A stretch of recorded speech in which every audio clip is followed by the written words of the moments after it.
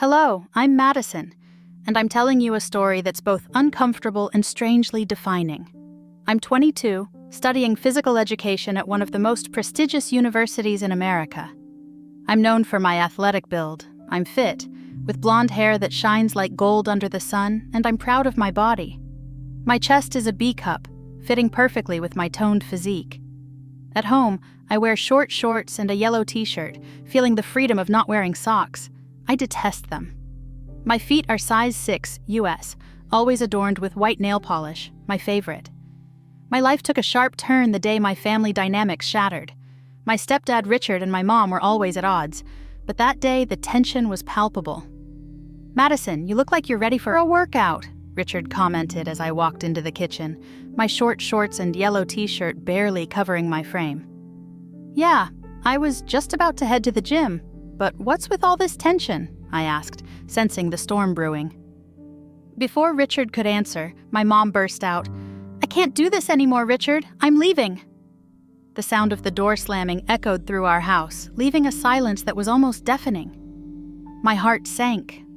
My younger sister Emily, who was 20 and also at the same university studying for her degree in nutrition, came into the kitchen, her blonde hair and white painted toes matching mine. A mirror image of youth and confusion. "What just happened?" Emily whispered, her voice shaky. I turned to Richard, feeling a mix of anger and helplessness. "She just left us here with you?" Richard looked defeated. "I didn't want it to come to this." Our house, once filled with the chaos of a full family, now felt empty.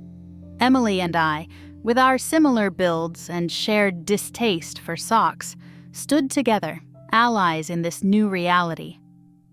"Look, Madison, Emily, I know this is hard, but we need to stick together now more than ever," Richard said, trying to bridge the gap that had suddenly widened between us. I nodded, though my mind was racing with what this new life would entail. Emily looked at me, her eyes asking questions she couldn't voice. At university, I was known for my dedication to sports, often leading fitness classes or participating in intramural sports. My classes in sports psychology and human anatomy were my sanctuary, places where I could focus on something else other than the turmoil at home.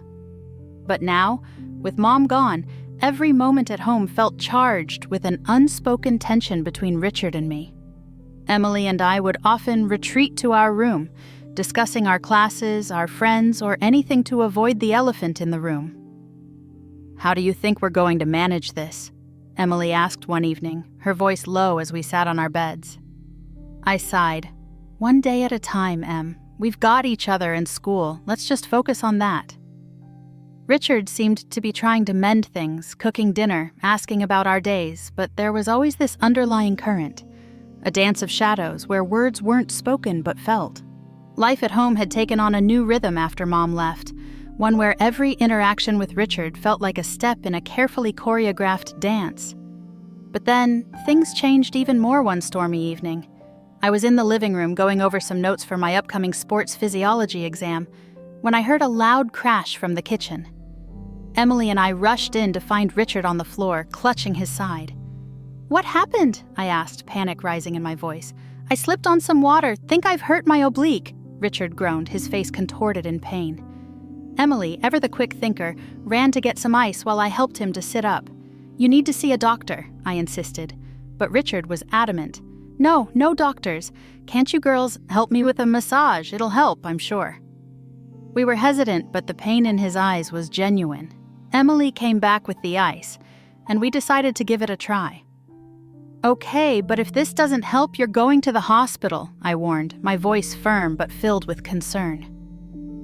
We moved him to the couch, where he lay with his shirt slightly lifted, revealing the strained muscles. Emily and I positioned ourselves on either side of him. I remembered techniques from my sports massage class, but doing this was far different from practicing on a dummy. "Just relax, Richard," Emily said softly, trying to ease the awkwardness of the situation. We began, our hands moving in synchronized motions over his side, trying to soothe the strained muscle. Richard's breathing slowly steadied, the initial grimace on his face fading into something more like relief.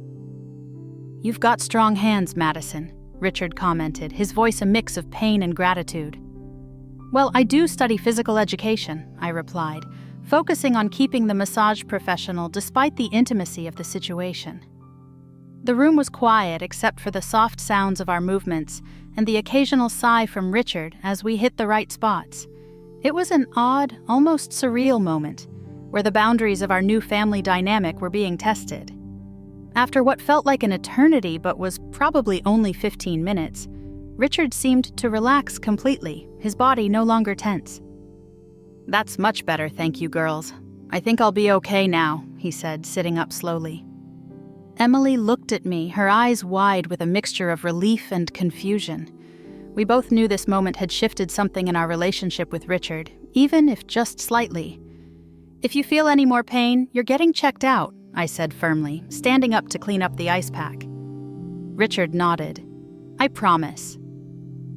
As Emily and I retreated to our room, the weight of what had just happened hung in the air. "That was weird, right?" Emily whispered once we were alone. "Yeah, but we did what we had to," I replied, trying to process my own feelings. We talked late into the night, not just about what had happened, but about how we were going to navigate this new life. The massage had been necessary, but it had also opened up new questions about our boundaries with Richard. The tension at home had normalized into a new kind of routine, where we were all trying to find our place in this reshaped family. One evening, Richard suggested something different to lift our spirits. "How about we go out for a fancy dinner, just the three of us?" Richard proposed with a hopeful smile. Emily and I exchanged looks. The idea of dressing up and escaping the confines of our house was appealing. We agreed, and that night we transformed into versions of ourselves we hadn't seen in a while. I chose a sleek black dress that hugged my athletic frame, paired with heels that made me feel tall and elegant.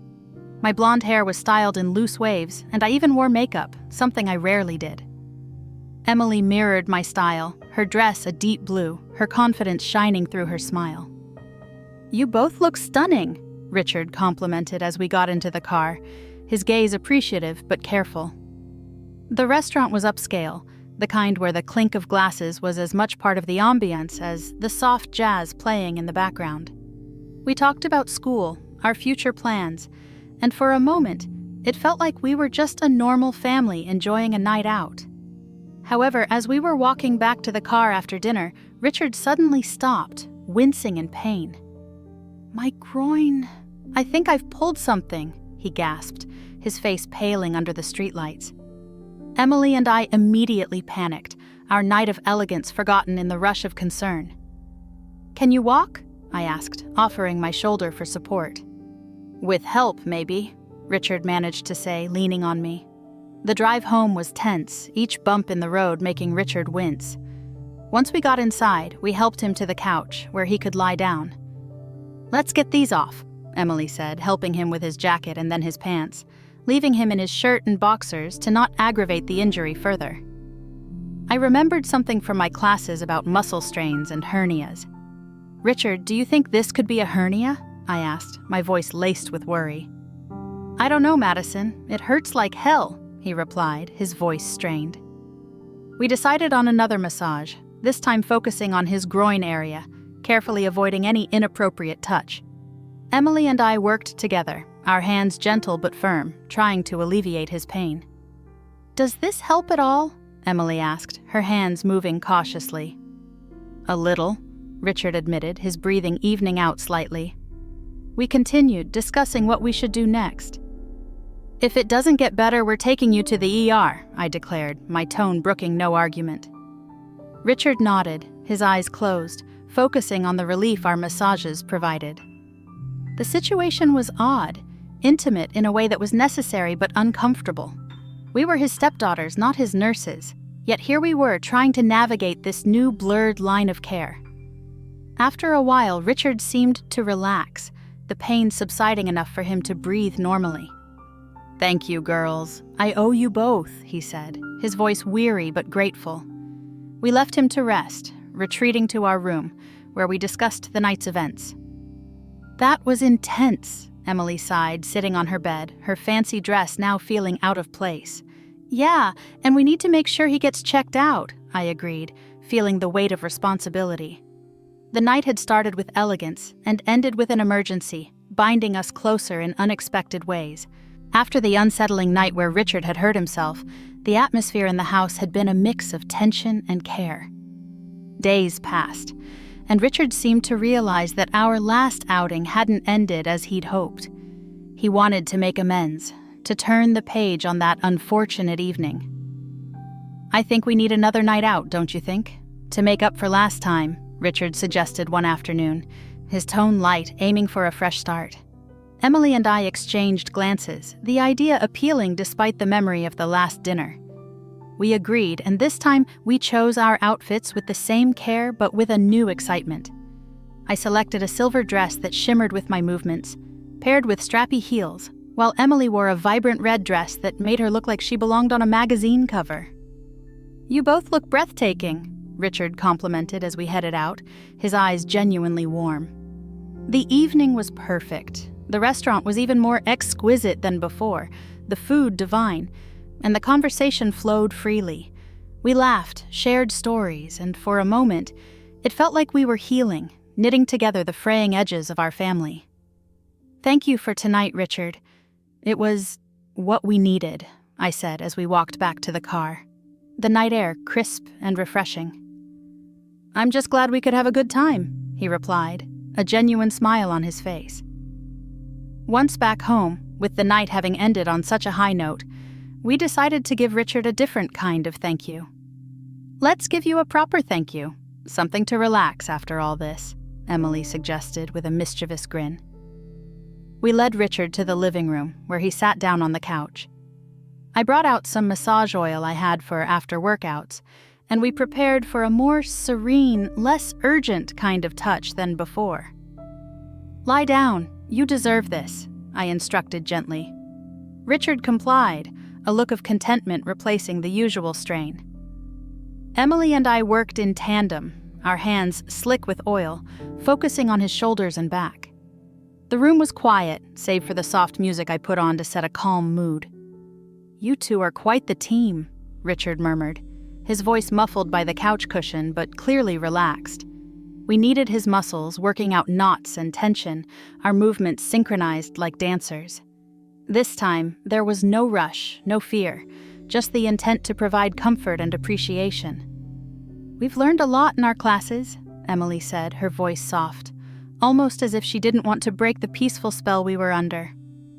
As the massage continued, the boundaries that had felt so confusing before seemed to solidify into something more familial, more about care than anything else. "Thank you, both of you. This feels amazing," Richard said, his voice thick with gratitude as we finished up. We stepped back, watching as he slowly sat up, looking more at peace than we'd seen him in a long while. "I think we all needed this," I concluded, feeling the strain of our recent weeks dissipate into the night. The evening ended with us all feeling closer, the shadows of past tensions receding slightly. It was a moment of healing, of understanding, proving that sometimes the simple act of care could mend more than just physical pain.